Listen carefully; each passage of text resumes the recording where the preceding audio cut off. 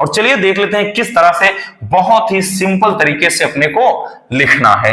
ठीक, चलिए बच्चों, सबसे पहले हमारी हेडिंग होगी कि जीवन परिचय। सबसे पहले हम हेडिंग बनाएंगे बच्चों जीवन परिचय की, कि अपने को जीवन परिचय कैसे लिखना है। अब जीवन परिचय में हम बार बार आपको बताते चले आए हैं, कोई भी कवि हो, कोई भी लेखक हो, जीवन परिचय में सबसे प्रमुख क्या होता है कि मतलब इनका जन्म कहां हुआ, ठीक, इनकी प्रारंभिक शिक्षा दीक्षा कहां हुई, ठीक, और उसके बाद फिर इनकी मृत्यु कब हुई। अगर माता पिता के नाम है तो ठीक है, नहीं है तो कोई बात नहीं, ये आपका जीवन परिचय में मेंशन करना होता है। तो चलिए बच्चों, जीवन परिचय में हेडिंग बनाएंगे, हम क्या लिखेंगे। देखिए, और एक चीज और, बहुत सारे बच्चे उलझे होते हैं कि सर सामान्य हिंदी में क्या साहित्यिक परिचय भी लिखना है। तो बिल्कुल लिखना है बच्चों, जीवन परिचय, साहित्यिक परिचय, कृतियां, तीनों चीज आपको लिखना है, चाहे आप सामान्य हिंदी वाले हो, चाहे आप साहित्यिक हिंदी वाले हो, इस बात का ध्यान दीजिएगा, ठीक है ना। चलिए, तो लिखेंगे कि रामधारी सिंह दिनकर जी का जो जन्म है वो बिहार के, आपके पास अगर अब जब भी बोर्ड एग्जाम में लिखेंगे हम यही कहेंगे जो इसमें मेन टॉपिक है उसको थोड़ा हाईलाइट आप करेंगे, क्योंकि एग्जामिनर का जो इंप्रेशन होता है ना, कहते हैं ना कि your first impression is the last impression. अगर आपने अच्छे से लिखा है और जो मेन पॉइंट है अगर आपने अंडरलाइन किया है, एग्जामिनर की निगाह सबसे पहले उस पर पड़ती है। फिर क्या करते हैं, वो मेन पॉइंट को देख करके, और आपकी लिखावट अच्छी है, पूरे के पूरे नंबर देगा, एक नंबर नहीं काटेगा, फिर काफी तुरंत वो दूसरा पेज पलट देगा। इसलिए इस बात का ध्यान देना, जो मेन पॉइंट है हाईलाइट करिए। जैसे यहां रामधारी सिंह दिनकर जी का जो जन्म है वो बिहार, तो बिहार को अंडरलाइन कर दीजिए। बिहार के मुंगेर जिले के सिमरिया, ठीक, जो मेन स्थान है उसको अंडरलाइन आप कर दीजिए, मतलब काली पेन के साथ, ठीक, सिमरिया, ठीक। तो बिहार जिले के, सॉरी, अगर हम बात करें तो जो बिहार राज्य है, तो बिहार राज्य के मुंगेर जिले के सिमरिया नामक गांव में सन 1908 ईस्वी में हुआ था, ठीक। इन्होंने पटना विश्वविद्यालय, ठीक, पटना विश्वविद्यालय से क्या किया, बीए उत्तीर्ण करके, यानी यहां से इन्होंने क्या किया, ग्रेजुएशन किया। कहां से बच्चों, पटना विश्वविद्यालय से। तो पटना विश्वविद्यालय से बीए उत्तीर्ण करके कुछ दिनों तक मुजफ्फरपुर कॉलेज में हिंदी, ठीक, हिंदी विभाग के क्या रहे, अध्यक्ष रहे, ठीक। जब बीए इनका हो गया तो ये मुजफ्फरपुर कॉलेज में हिंदी विभाग में अध्यक्ष के पद पर आसीन थे। आगे लिखेंगे कि ज्ञानपीठ पुरस्कार, बहुत ही ज्यादा ये इंपॉर्टेंट है कि ज्ञानपीठ पुरस्कार तथा पद्म भूषण पुरस्कार, मतलब दोनों से इनको नवाजा गया था, ठीक। ज्ञानपीठ पुरस्कार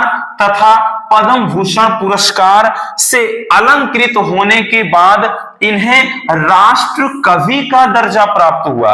इनको पद्म भूषण और उसके बाद ज्ञानपीठ पुरस्कार, ये पुरस्कार जिसको भी प्राप्त हो जाता है समझ लीजिए वो राष्ट्र कवि का दर्जा मिल गया उसको, ठीक, क्योंकि ये भाई सरकार की तरफ से इनको ये प्रदान किया जाता है ना। तो जब इनको प्राप्त हुआ तो उसके बाद इन्हें क्या है, राष्ट्र कवि का दर्जा प्राप्त हुआ। आगे लिखेंगे हिंदी साहित्य का यह सूर्य 24 अप्रैल सन 1974 ईस्वी में सदा के लिए अस्त हो गया। मतलब लैंग्वेज ऐसा आप इस्तेमाल करिए जो देखने में अच्छा लगे, पढ़ने में अच्छा लगे, ठीक। ऐसा नहीं कि ये कभी इतने सन में मर गया, तो ये पढ़ने में बड़ा आपको अजीब लगेगा।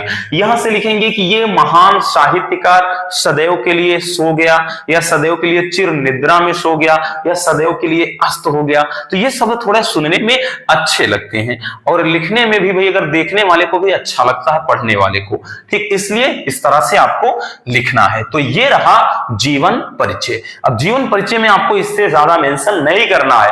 आप क्वेश्चन बैंक लोगे ना, इसका 3 गुना 4 गुना है, तो बच्चे कंफ्यूज होते हैं सर कितना लिखें। डोंट वरी, हम है ना, इतना लिखना है। चलिए पहले इसको स्क्रीनशॉट कर लीजिए। चलिए बच्चों, हो गया। अब हम देख लेते हैं इसका साहित्यिक परिचय। साहित्यिक परिचय में अपने को क्या लिखना है, ध्यान देना, हमारी जो हेडिंग होगी वो साहित्यिक परिचय।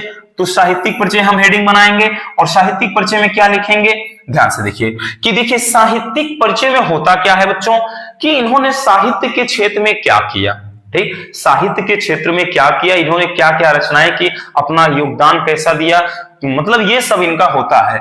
तो लिखेंगे कि अपने राष्ट्रीय भाव से, अपने राष्ट्रीय भाव से लोगों की चेतना को नई ऊर्जा देने वाले राष्ट्रीय जो कवि हैं दिनकर जी।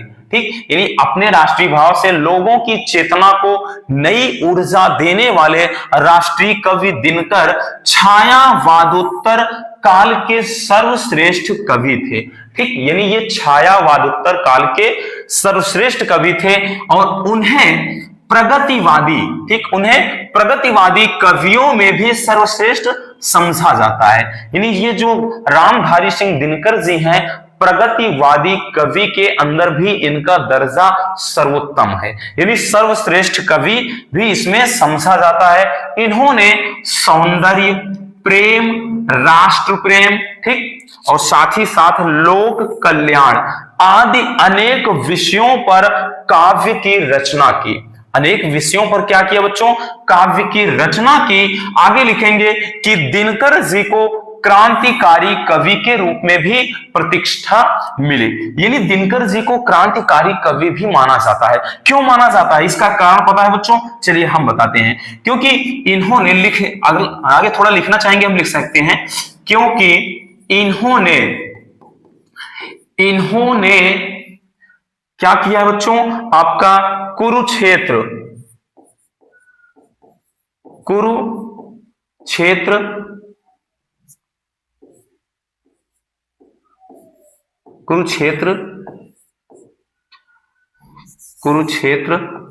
नामक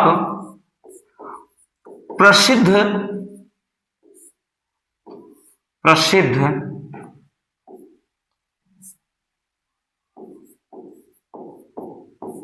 रचना को अलंकृत किया, सजाया लिख सकते हैं, या लिखा। कुछ भी हमने बोला ना, हिंदी में जितना अच्छा शब्द आप लिखेंगे पढ़ने वाले को उतना ही अच्छा लगेगा।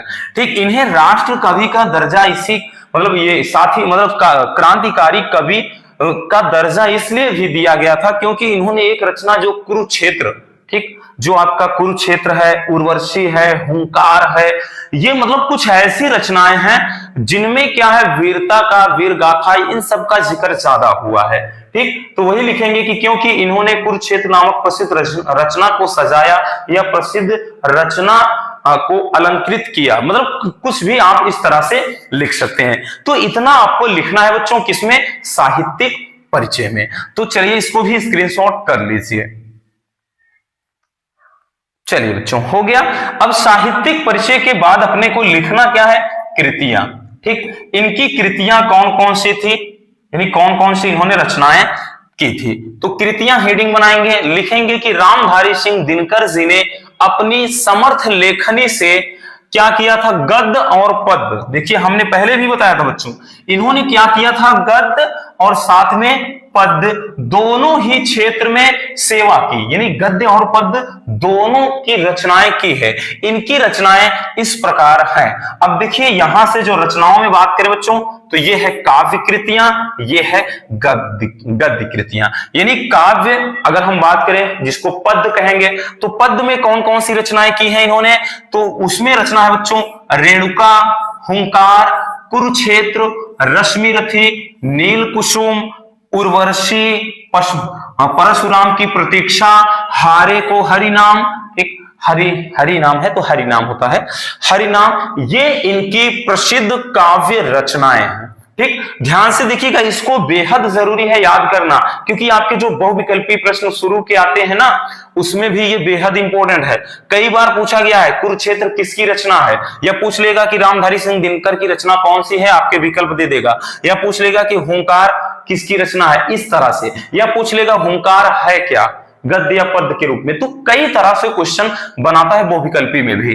तो ये इनकी काव्य कृतियां थी। और गद्य में बात करें तो गद्य में मिट्टी की ओर, साथ में अर्धनारीश्वर जो प्रमुख रचना है इनकी, संस्कृत के 4 अध्याय बेहद ज्यादा इंपॉर्टेंट है, पूछा जाता है, और काव्य की भूमिका, साथ में वट पीपल, शुद्ध कविता की खोज, और इसके साथ ही दिनकर की डायरी आदि इनकी क्या थी, रचनाएं थी। ठीक, तो ये है गद्य और पद्य दोनों में। ठीक, ये काव्य कृतियां हैं यानी पद्य में रचनाएं हैं, और गद्य कृतियां यानी गद्य में इन्होंने ये रचनाएं की हैं। तो इस तरह से क्या है, आपको हमने बताया कि गद्य और पद्य दोनों में इन्होंने अपना योगदान दिया, और इनकी काव्य कृतियों में हमने गद्य और पद्य दोनों को बहुत ही अच्छी तरह से यहां पर सजा दिया है। उम्मीद है बच्चों कि इस तरह से अगर आप लिखेंगे डेफिनेटली आपको पूरे नंबर मिलेंगे, एक भी नंबर नहीं मिलेगा, ये गारंटी के साथ बोल रहा हूं। ठीक, इसलिए आपको सेम इसी तरह से लिखना है, कोई बदलाव नहीं करना है। अगर आप ऐसा लिखते हैं तो बहुत ही सुंदर तरीके से ये आपको पूरे नंबर मिलेंगे और आपकी कॉपी भी अच्छी दिखाई पड़ेगी। ठीक, तो बस आज के इस वीडियो में इतना ही। उम्मीद है ये वीडियो आपके लिए काफी ज्यादा हेल्पफुल रही होगी। तो मिलते हैं किसी और ऐसे मजेदार वीडियो के साथ। अगर वीडियो पसंद नहीं हो तो प्यार से लाइक कर देना, और नए हैं तो चैनल को सब्सक्राइब जरूर कर लीजिए। मिलते हैं किसी और ऐसे मजेदार वीडियो के साथ। Love you, bye bye, take care. और हाँ, इसको स्क्रीनशॉट कर लीजिए।